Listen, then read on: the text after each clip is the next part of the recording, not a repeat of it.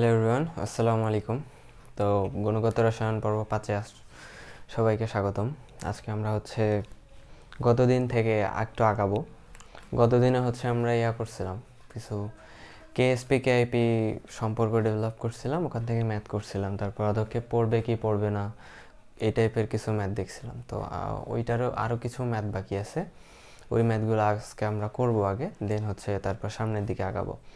তো চলো, যেহেতু রেকর্ডেড ভিডিও, তো গ্রিটিংস দেওয়া নেওয়া শেষ, একদম সরাসরি ক্লাসে চলে যাচ্ছি, টাইম ওয়েস্ট করতেছি না। তো আজকে আমরা শুরুই করব ম্যাথ দিয়ে। তো ম্যাথটা খুবই কনসেপচুয়াল, একটা খুবই ইন্টারেস্টিং একটা ম্যাথ। তো চলো শুরু করি। তো কোশ্চেন 35 ডিগ্রি সেলসিয়াস তাপমাত্রায় 35 ডিগ্রি সেলসিয়াস এ AgCl ও PbCl2 AgCl ও PbCl2 এর দ্রব্যতা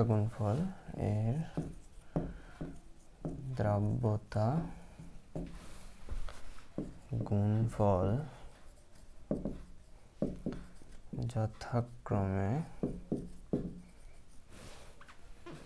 1.6 into 10 to the power minus 10, 1.6 into 10 to the power minus 10 O 1.6 into 10 to the power minus 5, 1.6 into 10 to the power minus 5 হলে এটা দেওয়া আছে আর কি, উভয়ের সম্পৃক্ত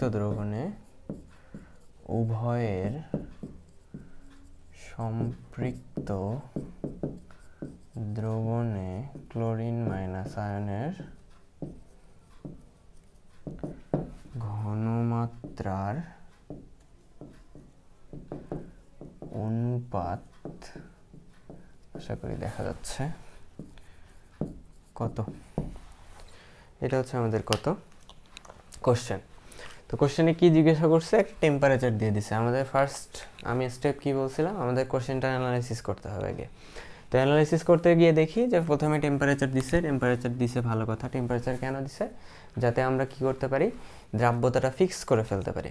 তো দ্রাব্যতা গুণফল দুইটার বলে দিছে, একটা লবণ বলে দিছে AgCl, তো এখানে একটা ক্লোরিন আছে, PbCl2 এখানে দুইটা ক্লোরিন আছে।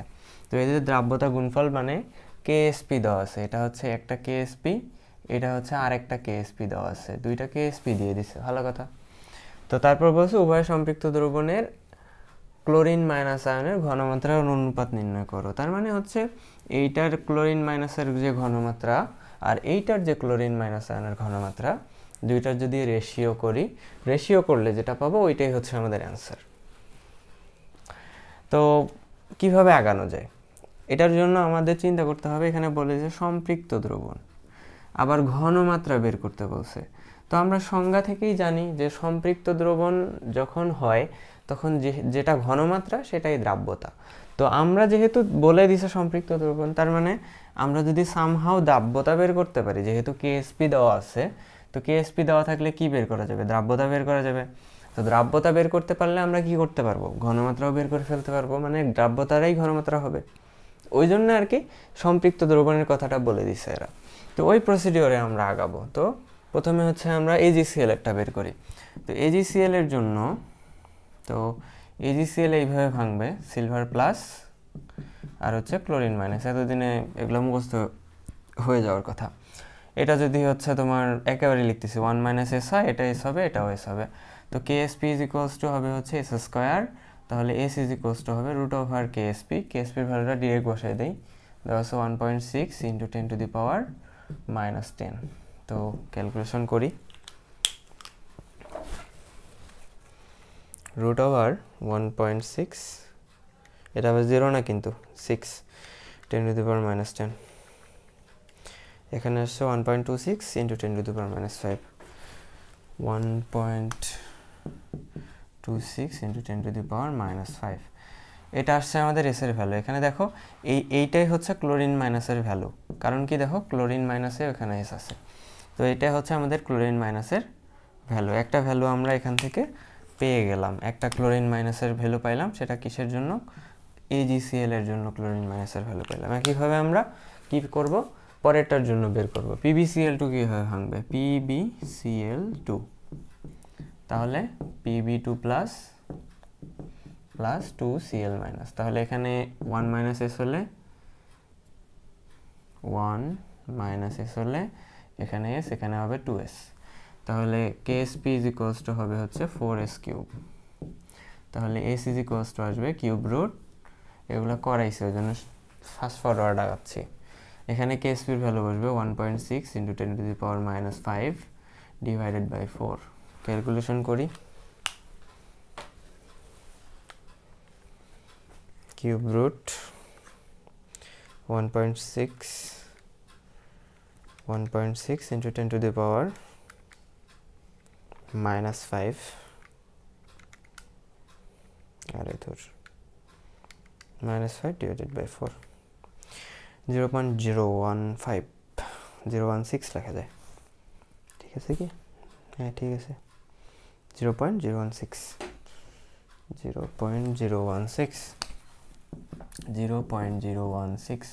এটা হচ্ছে এস এর ভ্যালু। আমাদের এখানে কি আছে বলো তো, 2s আছে, তাহলে 2s লাগবে। 2s ইজ ইকুয়ালস টু কি লেখা যায়, chlorine minus is equals to 2 into 0.016। তো এটা ক্যালকুলেশন করব,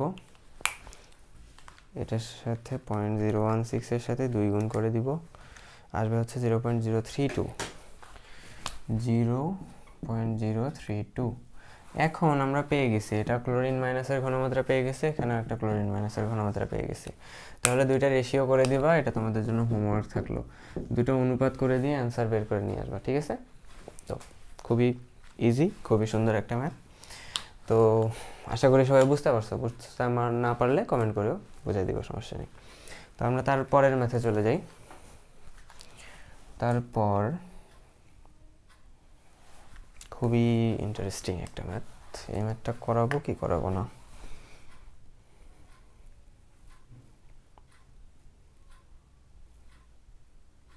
এখানে আগে একটা ম্যাথ ছিল, এই ম্যাথটা আগে করাই।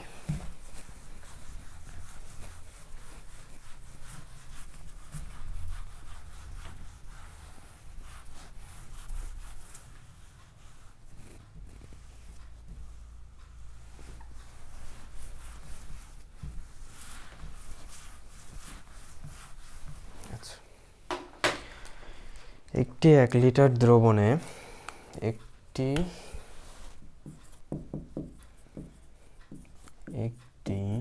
1 লিটার দ্রবণে 0.1 মোল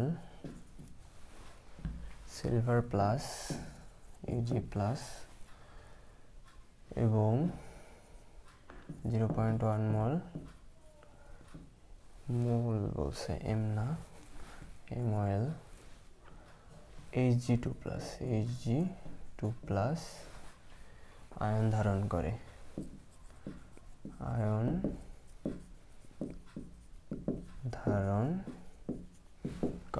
ভালো কথা, আয়ন ধারণ করে, ভালো কথা। কোনটি দেখো, কোনটি আগে অধঃক্ষিপ্ত হবে? তো এখানে দুইটা ডাটা দেওয়া আছে, KSP অফ AgI দেওয়া আছে হচ্ছে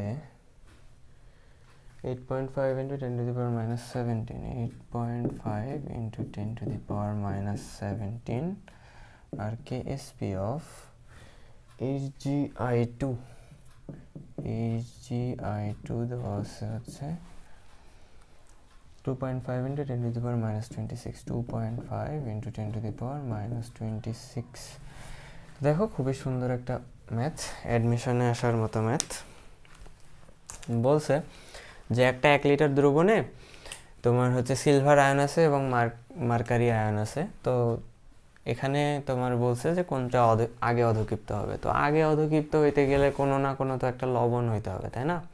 তো কোন লবণ হবে এটা আমরা কেমনে বুঝবো? এখানে তো কোনো লবণ কথা বলা নাই, যে বা কিছু যোগও করতেছে না বিয়োগও করতেছে না, তো কেমনে বুঝবো? তো তো ওটার বোঝার জন্য দেখো এখানে এক দুইটা ডাটা দিয়ে রাখছে, কেএসপির ডাটা দিয়ে রাখছে।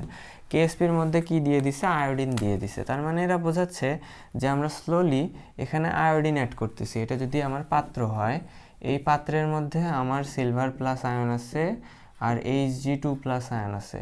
আমি এখানে স্লোলি আয়োডিন ডিপোজিট করতেছি। তো আয়োডিন ডিপোজিট করলে তৈরি হবে HgI2 আর AgI।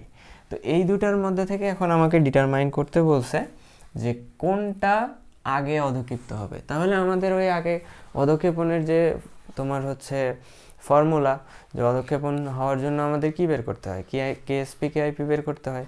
কেএসপি দিয়ে দিছে, কেআইপি বের করব। তো তারপর দেখবো যে কোনটার কেআইপি ছোট কেএসপির তুলনায়, মানে কম্প্যারিজন করে দেখব।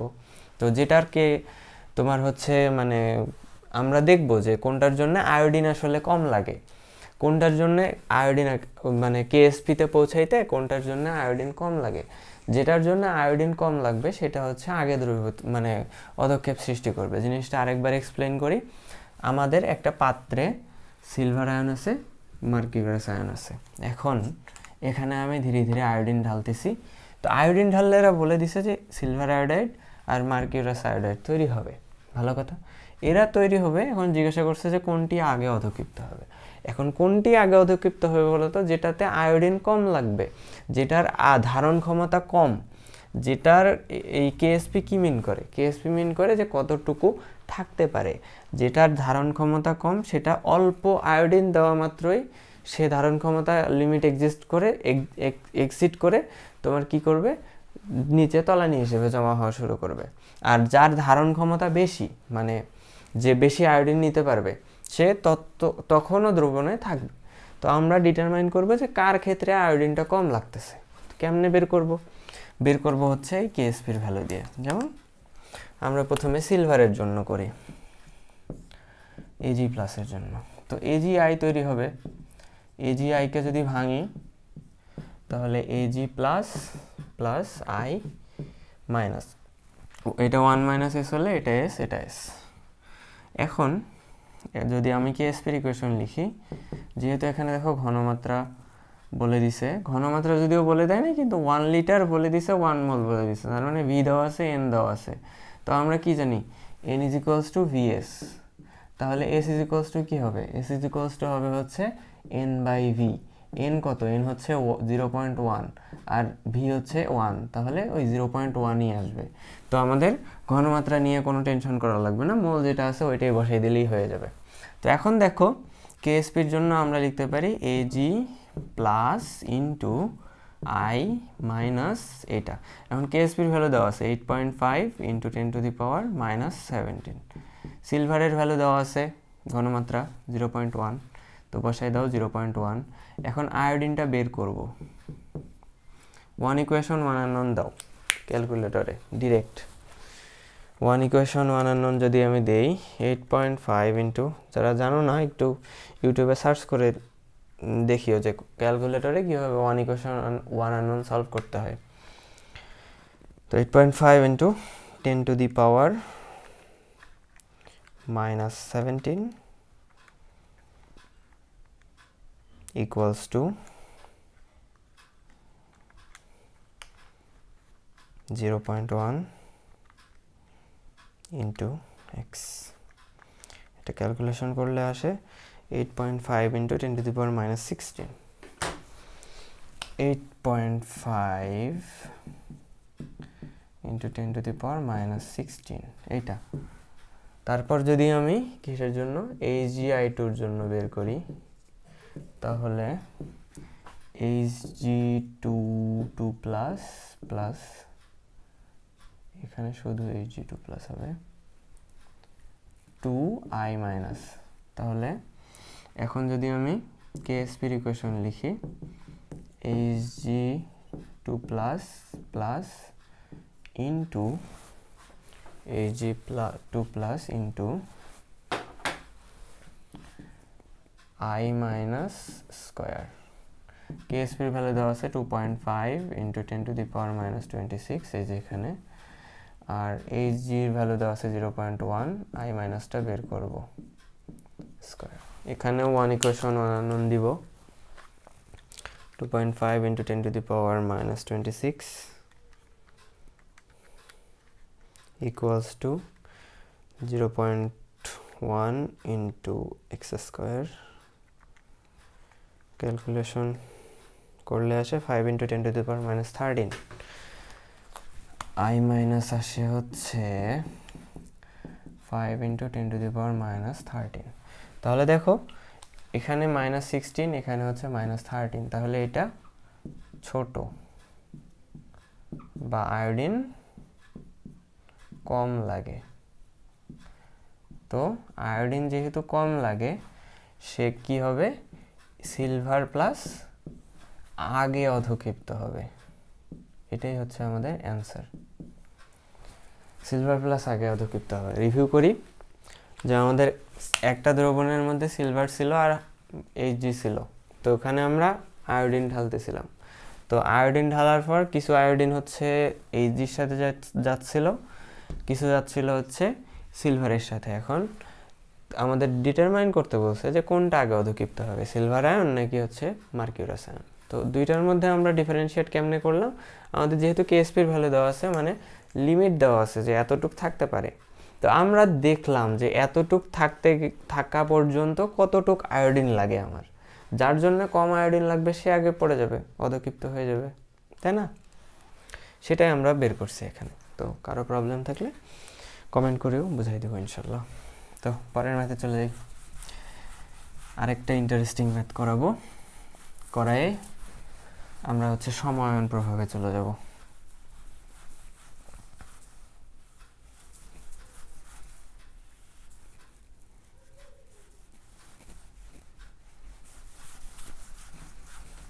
আচ্ছা,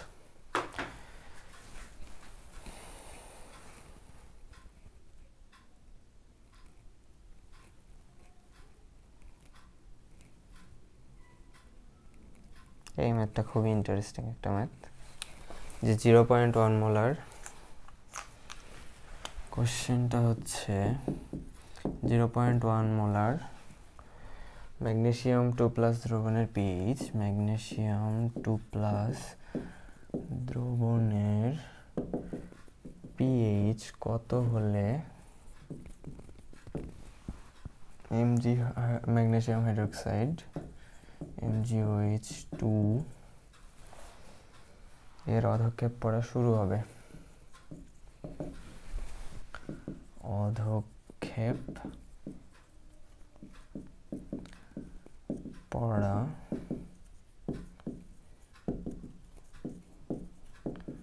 শুরু হবে। কেএসপি দেওয়া আছে হচ্ছে 10 to the power minus 11। তো দেখো 0.1 মোলার ম্যাগনেসিয়াম আয়নের বা দ্রবণের পিএইচ কত হলে ম্যাগনেসিয়াম হাইড্রোক্সাইডের অধক্ষেপ পড়া শুরু হবে। অধক্ষেপ পড়া শুরু হবে মানে আমাদের কেআইপি কেএসপি নিয়ে ডিল করতে হবে, এটা আমরা বুঝতেছি। তো আমাদের অধক্ষেপ পড়া শুরু হওয়ার কন্ডিশন হচ্ছে কেএসপিকে অবশ্যই ছোট হইতে হবে, কেএসপিকে ছোট হইতে হবে, আর কেআইপিকে বড় হইতে হবে, কেআইপিকে বড় হইতে হবে। এটা হইলে অধক্ষেপ পড়া শুরু হবে, তাই তো? তো এই ইকুয়েশন ধরে হচ্ছে আমরা আগাবো। তো আমাদের পিএইচ বের করতে বলছে, পিএইচ পরে দেখতেছি কেমনে বের করা যায়, পরে দেখতেছি। আগে এই জিনিসটা বুঝলাম যে অধক্ষেপ পড়া শুরু হবে মানে এই জিনিসটা হইতে হবে। তো এখন ইকুয়েশন লিখি। তো এখানে ম্যাগনেসিয়াম হাইড্রোক্সাইড দিছে আমাদের MgOH2, তাহলে ম্যাগনেসিয়াম 2+ প্লাস 2OH মাইনাস, তাহলে কেআইপির ইকুয়েশন কি হবে? কেআইপির ইকুয়েশন আমরা লিখতে পারি হচ্ছে ম্যাগনেসিয়াম 2+ ইন্টু ওই দিকে কি আছে OH মাইনাস, তার উপরে স্কোয়ার, কারণ 2 আছে ওখানে। আর কেএসপির ভ্যালুটা দিয়ে দিছে, দেখো 10 to the power minus 11, 10 to the power minus 11। এখন ম্যাগনেসিয়ামের ভ্যালু দেওয়া আছে, ম্যাগনেসিয়ামের ভ্যালু দেওয়া আছে হচ্ছে এই যে দেখো 0.1 মোলার। তো এখানে মিশে আমি 0.1 লিখে দিচ্ছি, তোমরা নিচের লাইনে লিখিও। তো এখানে আমার ভ্যালুটা দেওয়া আছে কত, 0.1। এখন আমরা যদি একটু ভাগ করে দেই, এটাকে ওই পাশে পাঠিয়ে দেই, মানে এটা গুণ অবস্থায় আছে, ওই পাশে গেলে কী হবে, ভাগ হয়ে যাবে। তাহলে OH মাইনাস, তার সাথে যদি রুটও করে দিই, স্কোয়ার আছে রুট করে দিলাম, তাহলে খালি OH মাইনাস থাকবে। তো এই ক্যালকুলেশনটা করে ফেলি। তাহলে 10 to the power root over 10 to the power minus 11 divided by 0.1, এটা ক্যালকুলেশন করলে আসে হচ্ছে 10 to the power minus 5, এখানে একটা মাইনাস হবে, 10 to the power minus 5। তো এখন আমাদের বের করতে বলছে হচ্ছে পিএইচ। দেখো আমাদের বের করতে বলছে পিএইচ। তো পিএইচ এর জন্য আমাদের OH আছে, তো আমরা এখান থেকে কি বের করতে পারি বলতো, OH থাকলে কি বের করা যায়, POH বের করা যায়। POH বের করতে পারলে পিএইচ তো বের করতেই পারবো। এখানে যদি টেম্পারেচার দেওয়া নেই তাহলে আমরা ধরে নেব 25 ডিগ্রি সেলসিয়াস তাপমাত্রা। তো এখন POH কেমনে বের করব, POH সমান আমরা জানি minus log concentration of OH minus. তো এখানে আমাদের OH মাইনাস আছে, তার সাথে যদি আমি মাইনাস লগটা গুণ করে দিই তাহলেই তো POH পাবো। তো দুই পাশে তো গুণ করতে হবে, এক পাশে তো গুণ করা পসিবল না। তো minus log concentration of OH, এখানে একটা কথা আছে, এই যে এ পাশেও মনে করেন আমি minus log 10 to the power minus 5 দিলাম। এখন চিহ্নটা কি দিব, এই চিহ্নটা আমি মাইনাস দিয়ে গুণ করছি, মাইনাস দিয়ে গুণ করলে নিয়ম হচ্ছে চিহ্ন উল্টা হয়ে যায়, চিহ্ন এই পাশে চলে আসবে। এটা হচ্ছে একটু ট্রিকি পার্ট, এই জায়গার মাথায় রাখবে, এগুলো 9, 10-এ বা তারও ছোটো ক্লাসে পড়ে আসছো। তো এখানে আমরা লিখতে পারি POH, এটার ভ্যালু বের করে ফেলি, minus log 10 to the power minus 5, এটা হচ্ছে 5 আসে। ও এখানে আরেকটা জিনিস করতে হবে, ভুলে গেছিলাম। এই মানটা তোমরা যারা রাসায়নিক পরিবর্তনে পিএইচ পড়ছো তারা জানো যে এই মানটা অনেক ছোট।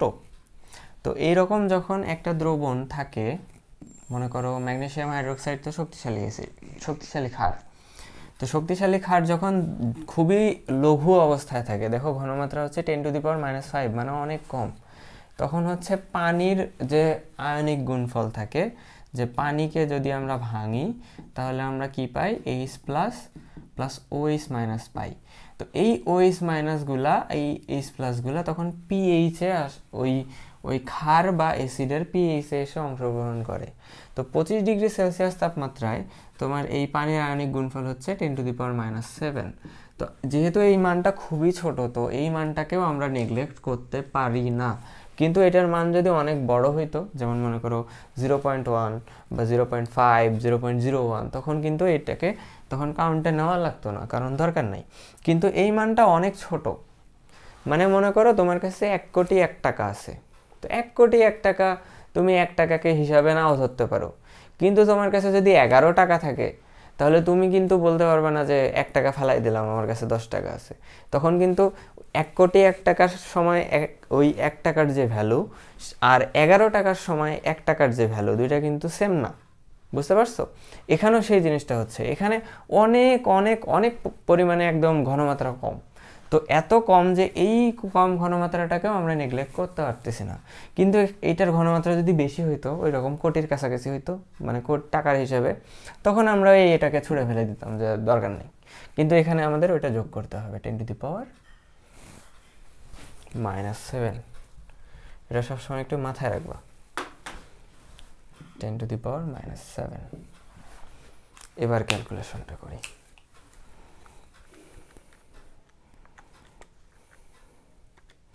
এটা হচ্ছে 4.995। এখন আমাদের দরকার পিএইচ। তো পিএইচ এর জন্য আমরা কি জানি বলো তো? পিএইচ 25 ডিগ্রি সেলসিয়াস তাপমাত্রায় আমরা কি জানি? আমরা জানি যে pH is equals to 14 minus pOH. তাহলে পিওএইচ আমরা জানি, তো পিএইচ বের করা লাগবে। তো পিওএইচটাকে সাইড করি, তাহলে কি হবে দেখো, এটা যদি এই পাশে আসে তো 14 মাইনাস পিএইচ হবে। একেবারেই লিখতে পারতাম, হুদেইকে যাইলাম। তো পিওএইচ এর বদলে আমরা লিখতে পারি হচ্ছে 14 মাইনাস কত, পিএইচ। তো এটা হচ্ছে 4.995। এখন মাইনাস পিএইচটা এই পাশে রাখলাম, 14টা এই পাশে প্লাস অবস্থায় আছে, ও পাশে গেলে কি হবে, মাইনাস হবে। তো মাইনাস করে দিই, 14 মাইনাস 4.995, এটা আসে হচ্ছে 9.005, 9.005। এখন এই মাইনাসটাকে যদি আমি এই পাশে পাঠিয়ে দেই, আবার কি হবে, চিহ্ন উল্টে যাবে, কারণ কি আমি মাইনাস দ্বারা গুণ করতেছি। তো মাইনাস দ্বারা যদি গুণ করি, মানে এই পাশেও মাইনাস দ্বারা গুণ করতেছি, এই পাশেও মাইনাস দ্বারা গুণ করতেছি, তাহলে আমার পিএইচটা উল্টে যাবে। ভুল করলাম কি?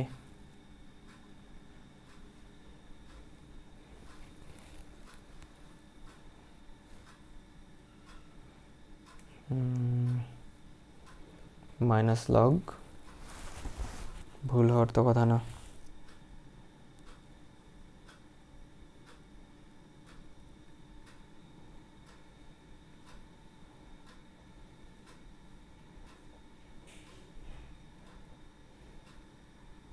ও, আমরা আরেকটা জিনিস করতে পারি এখানে সিম্পলিসিটির জন্য। এই জিনিসটাকে এইভাবে হুদাই কমপ্লেক্স করতেছি কেন? আমরা তো এখান থেকে পাইছি পিওএইচ এর ভ্যালু, তাহলে আমরা কি করতে পারি, 14 minus pH is equals to 4.995। এখন এইটাকে আমি কি করব, পিএইচটাকে ওই পাশে পাঠিয়ে দাও, এটাকে এই পাশে পাঠিয়ে দাও, তাহলেই তো সিম্পল হয়ে যায়। তো ওই জন্য মাথা ঘুরে গেছিলো। 14 মাইনাস, এটা প্লাস আছে, এপাশে আসলে মাইনাস হবে, তাহলে 4.995, আর চিহ্ন এরকমই থাকলো, পিএইচটা এপাশে মাইনাস আছে, ওপাশে গিয়ে কী হবে, প্লাস হবে, পিএইচ প্লাস। তো এটাকে আমরা যদি একটু সিম্পলিফাই করে লিখি, তাহলে 14 মাইনাস 4.995, তাহলে 9.005, 9.005 গ্রেটার দ্যান পিএইচ। এখন তুমি চাইলে কি করতে পারো, পিএইচটাকে এই পাশে লিখতে পারো। তো পিএইচ এই পাশে আছে, তো দেখো মুখটা কিন্তু পিএইচের দিকে, তার মানে চিহ্নটা আমার এই পাশে দিতে হবে, তাহলে 9.005। তো এটা মিন করতেছে যে পিএইচ যেই মাত্র 9.005-এর উপর চলে যাবে, 005-এর উপর চলে যাওয়া মাত্রই তোমার হচ্ছে ম্যাগনেসিয়াম 2+ এর যে দ্রবণটা আছে, সেখানে ম্যাগনেসিয়াম হাইড্রোক্সাইডের তোমার হচ্ছে অধঃক্ষেপণ হওয়া শুরু করে দিবে। খুবই সুন্দর একটা ম্যাথ। তো আশা করি সবাই বুঝতে পারছো। তো এখানে প্রথমে কি করলাম, কেআইপি নিয়ে আসলাম, ইকুয়েশন নিয়ে আসলাম, ওখান থেকে ওএইচ পাইছি, ওএইচ থেকে পিওএইচ বের করছি, পিওএইচ থেকে পিএইচ বের করছি। খুবই সিম্পল, ঠিক আছে। তো চলো আমরা হচ্ছে আমাদের মোটামুটি কেআইপি রিলেটেড জিনিসপত্র শেষ। এবার আমরা ঢুকবো হচ্ছে কমন আয়ন এফেক্টে।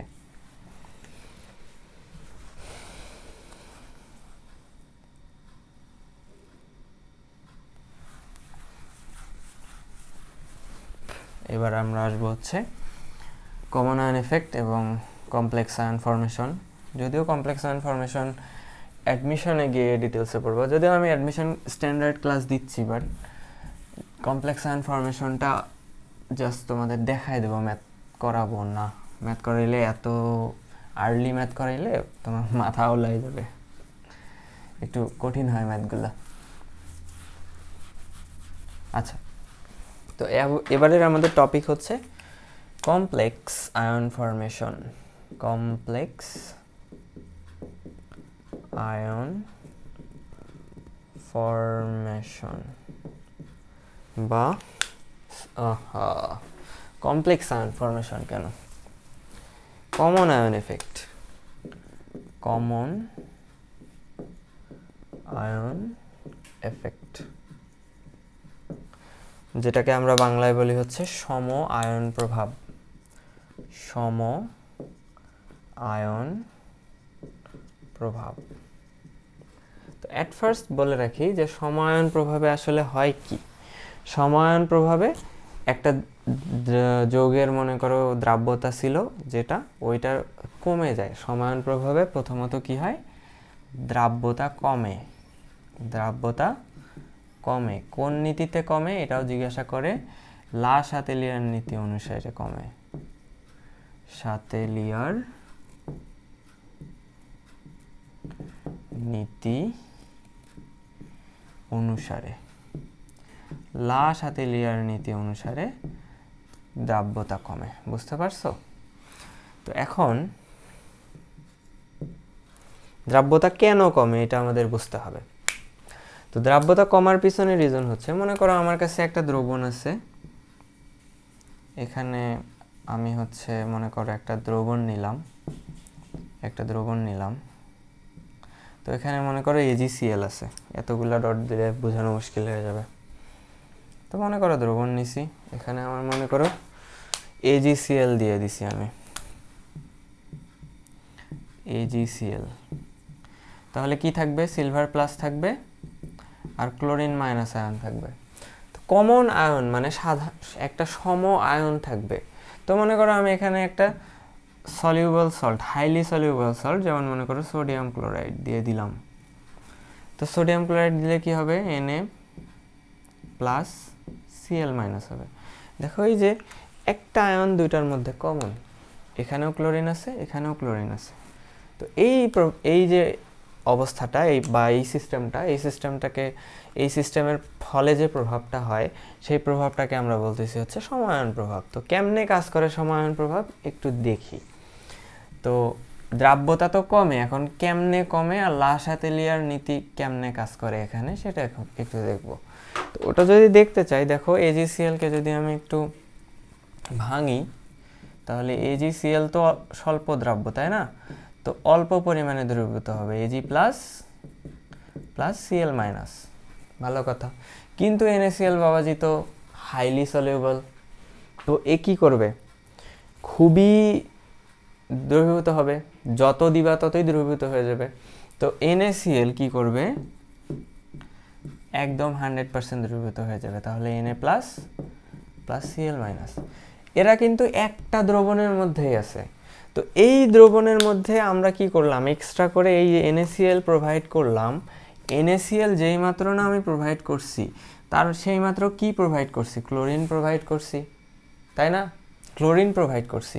তো ক্লোরিন প্রোভাইড করলে ক্লোরিন কি করছে? ক্লোরিন এখানে চলে আসছে, এখানে এসে এই ক্লোরিনের ঘনমাত্রা বেড়ে গেছে, কারণ একই দ্রবণে আছে। অন্য দ্রবণে থাকলে কোনো সমস্যা ছিল না, একই দ্রবণের মধ্যে, একই পাত্রের মধ্যে আছে। তাহলে এই এইটুক পার্ট এনে তো আমাদের কোনো কাজে লাগতেছে না।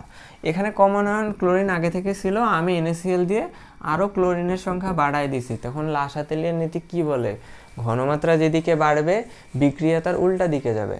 তো এখানে AgCl হচ্ছে সলিড, এস দিয়ে সলিড ডিনোট করতেছি, আর এখানে হচ্ছে Ag হচ্ছে অ্যাকুয়াস, ক্লোরিন হচ্ছে অ্যাকুয়াস। তো অ্যাকুয়াস মানে কি? তারা পানিতে দ্রবীভূত অবস্থায় আছে, মানে দ্রাব্য অবস্থায় আছে। এখন তুমি যেই মাত্র NaCl দিছো, ক্লোরিন সাপ্লাই পেয়ে গেছে সে। তো সাপ্লাই পাওয়া যাওয়া মাত্র এই দিকের ঘনমাত্রা বেড়ে গেছে। ঘনমাত্রা বেড়ে গেলে কি হবে বলো তো? ব্যাক রিয়াকশন করবে বা পিছনের দিকে রিয়াকশন যাবে। তো বিক্রিয়া যদি পিছনের দিকে যায়, তাহলে কি হবে? অ্যাকুয়াস থেকে সলিডে পরিণত হবে। তো অ্যাকুয়াস থেকে সলিডে পরিণত হওয়া মানে কি? সলিড মানেই তো অদক্ষেপ, তাই না? তো তখন কি হবে? এই AgCl-টা নিচে নেমে আসা শুরু করবে, এরকম নিচে নেমে আসা শুরু করবে, যার ফলে কি হয়? দ্রাব্যতা কমে। তো এই যে ব্যাখ্যাটা বললাম, এটা গ নম্বরেও আসতে পারে, খ নম্বরেও আসতে পারে, ব্যাখ্যা করতে পারে, ম্যাথ দিতে পারে, ম্যাথ করব আমরা, কিন্তু ব্যাখ্যাটা আমি বুঝাই দিলাম লা শাতেলিয়ার নীতি অনুসারে কিভাবে হয়। যে কোনো লবণ কমন হইতে পারে, এই সিলভারটাও কমন হইতে পারতো, বা এখানে ক্লোরিন কমন হয়েছে, তো যে কোনোটা কমন হইতে পারে, ক্যাটায়নও কমন হইতে পারে, অ্যানায়নও কমন হইতে পারে। তো এখন আমরা হচ্ছে একটা জেনারেল ফর্ম দেখি, যে এই যে কমন আয়ন এফেক্টের ম্যাথগুলো যে আসে, তার একটা জেনারেল ফর্ম দেখি যে কিভাবে আসে। তারপর হচ্ছে ডাটা দিয়ে ম্যাথে যাব। মনে করো আমি বললাম নাকি একেবারে ম্যাথ করাই দিব। আচ্ছা, একটা আগে এক্সাম্পল দেখাই, তারপর আমরা বললাম যে এক্স মোলার NaCl দ্রবণে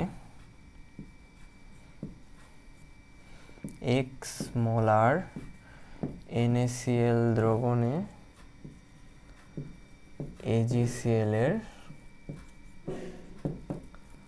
দ্রাব্যতা, এটা একটু ভালো করে বোঝো। এক্স মোলার, এক্সের জায়গায় কিছু দেওয়া থাকবে, 0.1 মোলার বা 0.5 মোলার, 0.05 মোলার, যে কোনো কিছু দেওয়া থাকতে পারে। তো আমরা এখান থেকে বুঝতেছি যে দ্রবণে কিছু একটা আছে, NaCl দ্রবণ মানে সোডিয়াম আছে, ক্লোরিন আছে, তার সাথে কি আছে, AgCl আছে, সিলভার আছে, ক্লোরিন আছে। তো এখানে এই যে কমন আয়ন আছে, তার মানে কমন আয়ন ইফেক্ট কাজ করবে। কীভাবে কাজ করবে? এখন আমাকে বলো, আমরা কি কখনো দেখছি যে তোমার হচ্ছে আমরা যখন তাপমাত্রার প্রভাব দেখতেছিলাম তখন কি চেঞ্জ হইতো? দ্রাব্যতা চেঞ্জ হইতো কখন? দ্রাব্যতা শুধুমাত্র, দ্রাব্যতা আরও স্পেসিফিক্যালি যদি বলি, দ্রাব্যতা তো অনেক ফ্যাক্টর দ্বারাই চেঞ্জ হয়, কিন্তু কেএসপি এই ফ্যাক্টরটা, কেএসপি এই ফ্যাক্টরটা শুধুমাত্র তাপমাত্রা দিলে চেঞ্জ হয়, শুধুমাত্র তাপমাত্রা পরিবর্তনে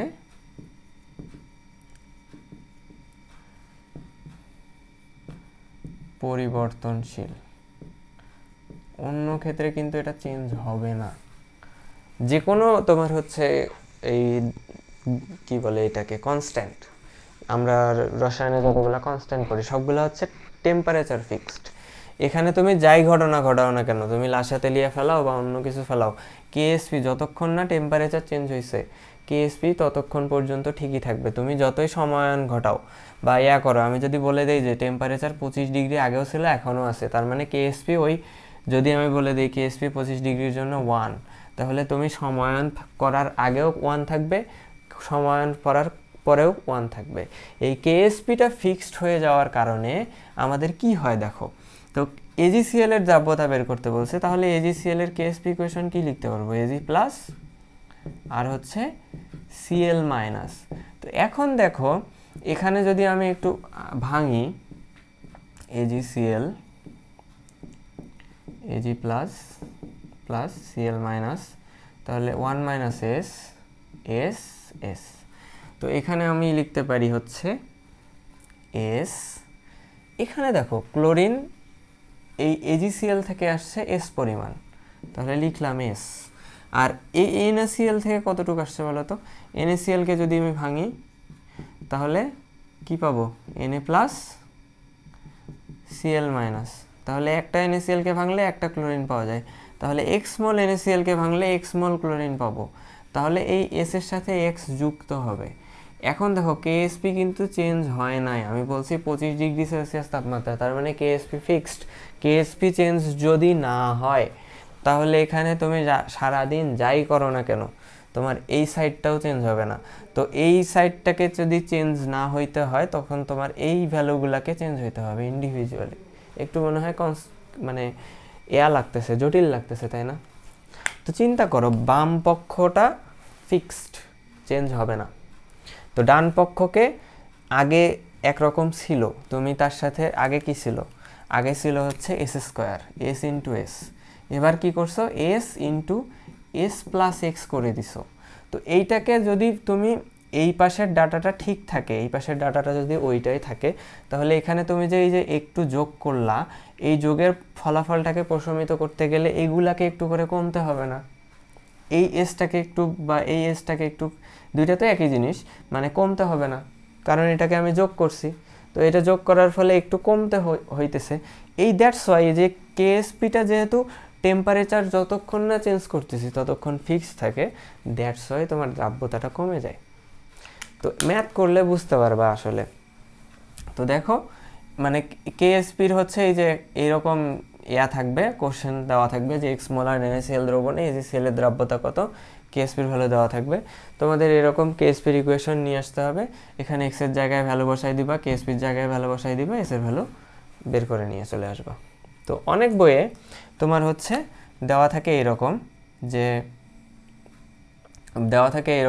এই যে এই দ্রাব্যতাটা, AgCl এর দ্রাব্যতা অনেক কম না, আমি এক্সাম্পলের সময় বলছিলাম না যে অ্যারাউন্ড হচ্ছে তোমার যদি আমরা 100টা নেই তাহলে 98টাই দ্রবীভূত হয় না, 2টা মাত্র দ্রবীভূত হয়। তো ওই জন্য অনেক সময় দেখবা যে এখানে স্কোয়ার চলে আসছে বা কিউব চলে আসছে, তখন তোমার হচ্ছে সিম্পলিসিটির জন্য বা ম্যাথটা সহজে সলভ করার জন্য এইটাকে টেন্ডস টু 0 ধরে নেওয়া হয়, বা জিরো কনসিডার করে নেওয়া হয় যে এত ছোট ভ্যালু আমাদের নিয়ে লাভ নাই, তখন ম্যাথটা করা ইজি হয়ে যায় আর কি। তো এটাও করতে পারো বা এস রেখেও করতে পারো, কোনো সমস্যা নেই, মান তেমন একটা ভ্যারি করে না আর কি। তো চলো আমরা হচ্ছে একটা ম্যাথ করব, ম্যাথ করলে জিনিসটা ক্লিয়ার হয়ে যাবে।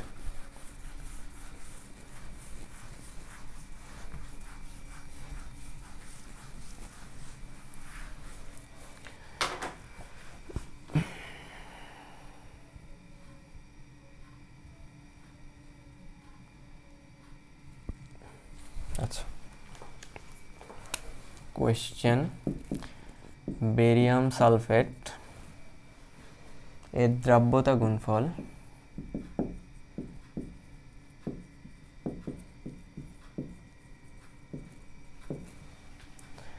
(1 in 1.1 into 10 to the power -10 হলে এক নম্বরে বলছে বিশুদ্ধ পানিতে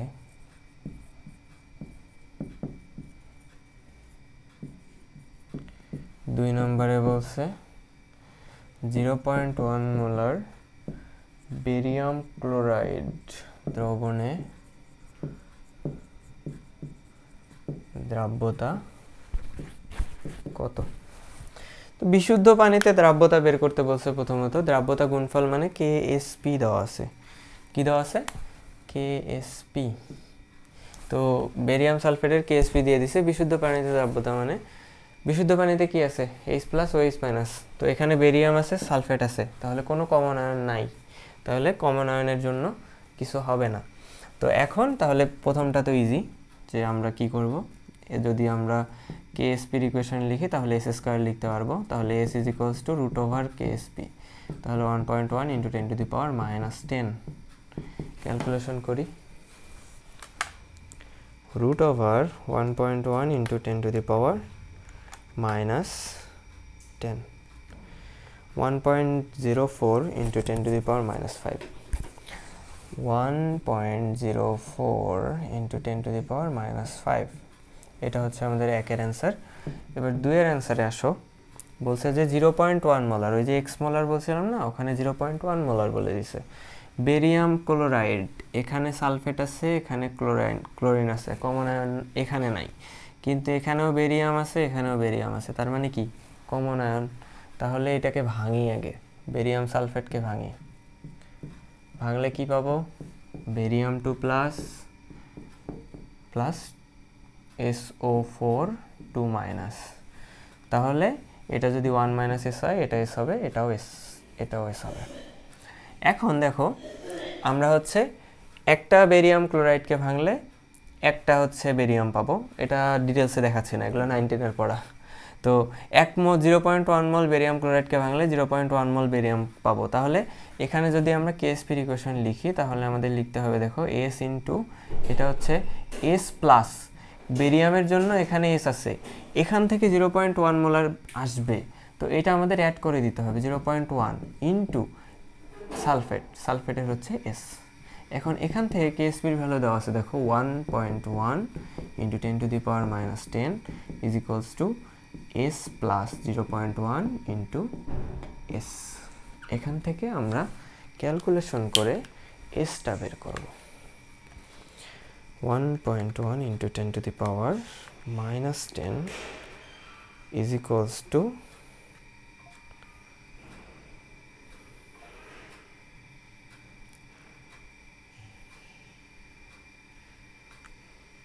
= x plus 0.1 into x. 1.1 into 10⁻⁹ 1.1 into 10⁻⁹। এখন খেয়াল করো, এখানে আসছে হচ্ছে s এর ভ্যালু 1.04 into 10⁻⁵। আমি সামান্য পরিমাণ বেরিয়াম ক্লোরাইড দ্রবীভূত করছি, দেখো কে s এর ভ্যালু কত কমে গেছে, 10⁻⁹ হয়ে গেছে, 10⁻⁹ হয়ে গেছে, অনেক কমে গেছে না? এটা কিসের ফলে হয়েছে? সম আয়নের ফলে। সম আয়নের ফলে। বুঝতে পারছো? তো এরকম আরও দেখি ম্যাথ করানো যায় কিনা। আরেকটা ম্যাথ করাই দিই সমায়নের, করাই দিয়ে জটিল যৌগটা বুঝাই দিব, দিয়ে শেষ করে দেব ক্লাসটা আজকের।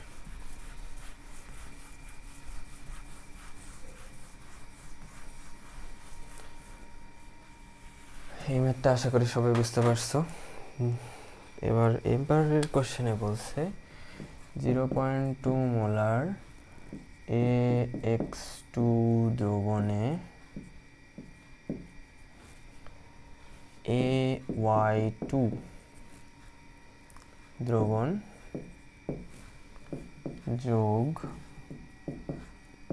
করা হলে AY2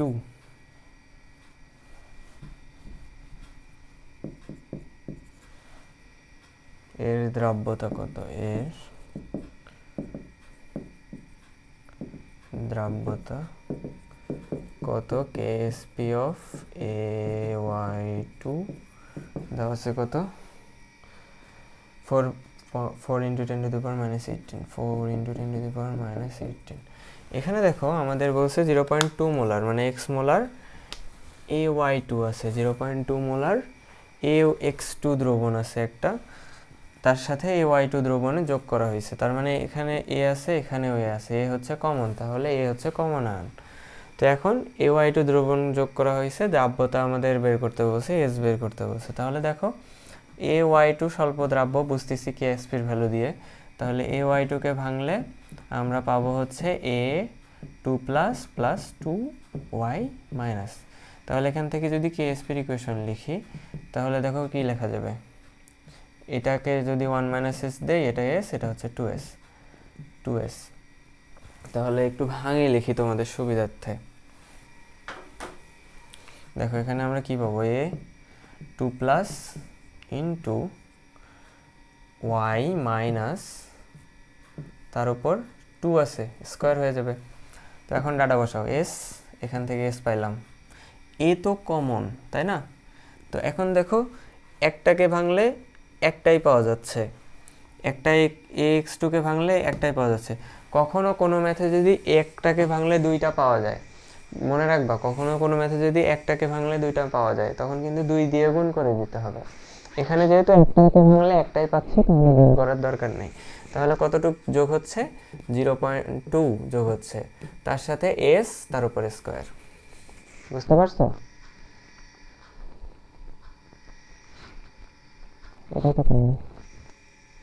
এখানে KSPর ভ্যালু কত দেওয়া আছে? 4 × 10⁻18। তো এখান থেকে S এর ভ্যালুটা বের করবো আমরা।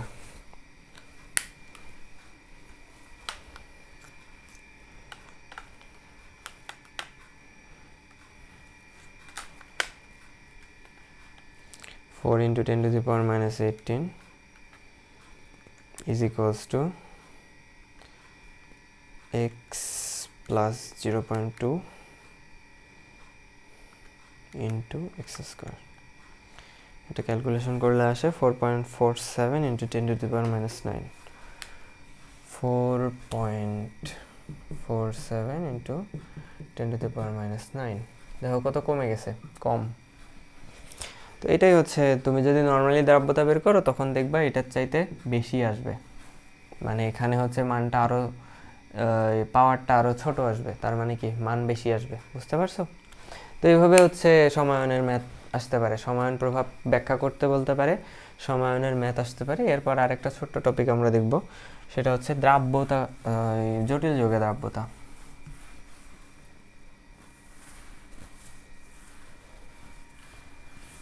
জটিল যৌগে দ্রাব্যতা।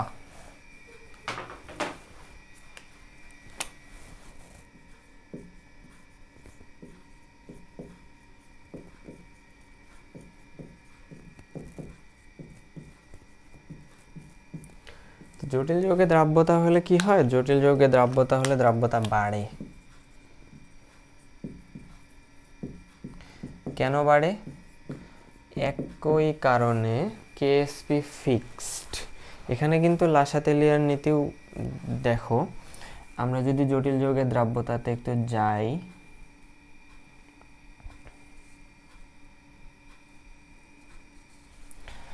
দ্রাব্যতা কেমনে বাড়ে, জটিল যৌগ যারা পড়ো নাই এখনো, তৃতীয় অধ্যায়ে আছে জটিল যৌগ। তো ওখানে মনে করো আমার কাছে একটা পাত্র আছে, পাত্রের মধ্যে সিলভার প্লাস আছে আর ক্লোরিন মাইনাস আছে, মানে AgCl আছে আর কি। তো ওখানে যদি আমি NH3 দেই তাহলে এখানে একটা কমপ্লেক্স আয়ন ফর্ম করবে, সে তৈরি করবে কি সিলভার Ag NH3 মাইনাস, খুব সম্ভবত নাকি প্লাস, আচ্ছা প্লাস মেবি, ভুল হইতে পারে, বাট এইটাই সম্ভবত। তো এটা ফর্ম করে, এটা একটা কমপ্লেক্স আয়ন, এখানে মাইনাস হবে না হলে প্লাস হবে, প্লাস হওয়ারই পসিবিলিটিস বেশি, আমার এক্সাক্ট মনে পড়তেছে না। তো এটা একটা কমপ্লেক্স আয়ন। দেখো এখানে তোমার হচ্ছে তুমি যত অ্যামোনিয়া দিচ্ছ এটা গঠন করার প্রবণতা অনেক বেশি, এখন AgCl এ কি ছিল, এটা সলিড ছিল, এখানে ছিল হচ্ছে Ag plus plus Cl minus. এখন কি হচ্ছে, তুমি যখন অ্যামোনিয়া দিয়ে দিছো, অ্যামোনিয়া দেওয়ার ফলে এই সিলভার দৌড় মেরে কোন দিকে গেছে, এইদিকে গেছে, এইদিকে গিয়ে কি করছে, এই কমপ্লেক্স আয়নটা ফর্ম করছে। তার মানে কি এখানে AgCl এর ঘনমাত্রাটা কমে গেছে। তো AgCl এর ঘনমাত্রা কমে গেলে এখানে কি হবে, লাসাতেলিয়া কি বলতেছে, এই পাশে ঘনমাত্রা কমছে, তার মানে ফরওয়ার্ড রিয়াকশন হবে। তো ফরওয়ার্ড রিয়াকশন হওয়া মানে কি, সলিড কমে যাওয়া মানে কি, এগুলাই যেগুলো দ্রবীভূত অবস্থায় ছিল না, যেগুলো নিচে তলানিতে পড়েছিল, এগুলো আবার উপরে উঠে যাবে। তো উপরে উঠে যাওয়া মানে কি, AgCl, আমার তো কনসার্ন হচ্ছে এই জায়গাটা, ওই দিকে কি ঘটতেছে ঘটুক, আমার কনসার্ন হচ্ছে এইটুক জায়গা, যে এখানে এই AgCl সলিড থেকে অ্যাকুয়াস হচ্ছে কিনা। তো আমি দেখতেছি সলিড থেকে অ্যাকুয়াস হচ্ছে, সলিড থেকে অ্যাকুয়াস হওয়ার পর সে কমপ্লেক্স আয়ন ফর্ম করতেছে, সেটা ওর ব্যাপার, বাট সলিড থেকে অ্যাকুয়াস হচ্ছে।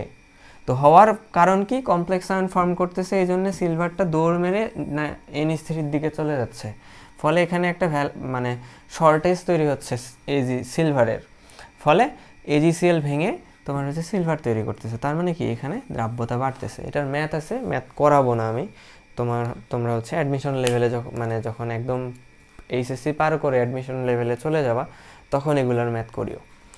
তো এগুলা জাস্ট মনে রাখিও যে জটিল যৌগ ফর্ম করলে দ্রাব্যতা বাড়ে। তারপর সমায়নে তো ম্যাথ দেখাইলাম, তো এইভাবে আর কি ম্যাথ আসতে পারে। তো আমাদের মোটামুটি দ্রাব্যতা শেষের দিকে, দ্রাব্যতা নাই আর কিছু, দ্রাব্যতা শেষ। তাহলে আমরা বলছিলাম, একবার রিক্যাপ করি, আজকে মনে হয় 5 নম্বর ক্লাস, তাই না? আমার 5 ক্লাসেই দ্রাব্যতা শেষ হয় সব ব্যাচেই। তো আমরা এই অধ্যায়টাকে 3টা পার্টে ভাগ করছিলাম। একটা হচ্ছে অ্যাটম, 2 নম্বরে পড়ছিলাম সলিউবিলিটি, 3 নম্বরে বলছিলাম হচ্ছে সলভেন্ট এক্সট্রাকশন। তো সলিউবিলিটি আজকে শেষ হয়ে গেল আমাদের।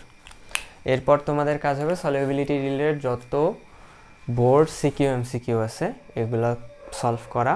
তারপর হচ্ছে যে কোনো একটা কোশ্চেন ব্যাংক নিবা, ইঞ্জিনিয়ারিং কোশ্চেন ব্যাংক বা ভার্সিটি কোশ্চেন ব্যাংক নিয়ে ওখান থেকে হচ্ছে যারা ভার্সিটি টার্গেট নিয়ে পড়াশোনা করতে চাও সামনে, তারা হচ্ছে ভার্সিটি কোশ্চেন ব্যাংক নিবা।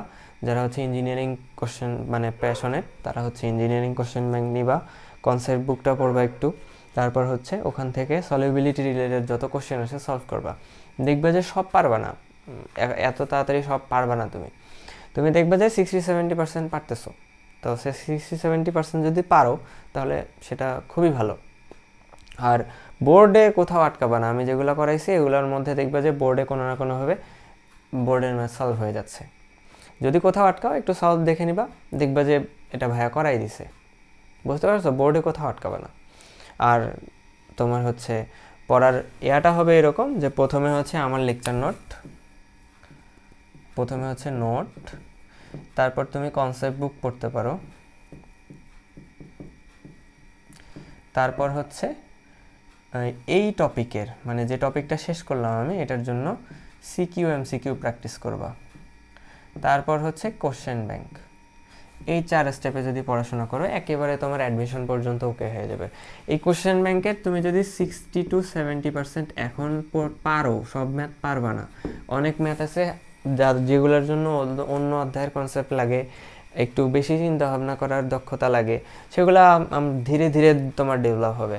কিন্তু তুমি যদি 60 to 70% ম্যাথ সলভ করতে পারো, দ্যাটস এনাফ।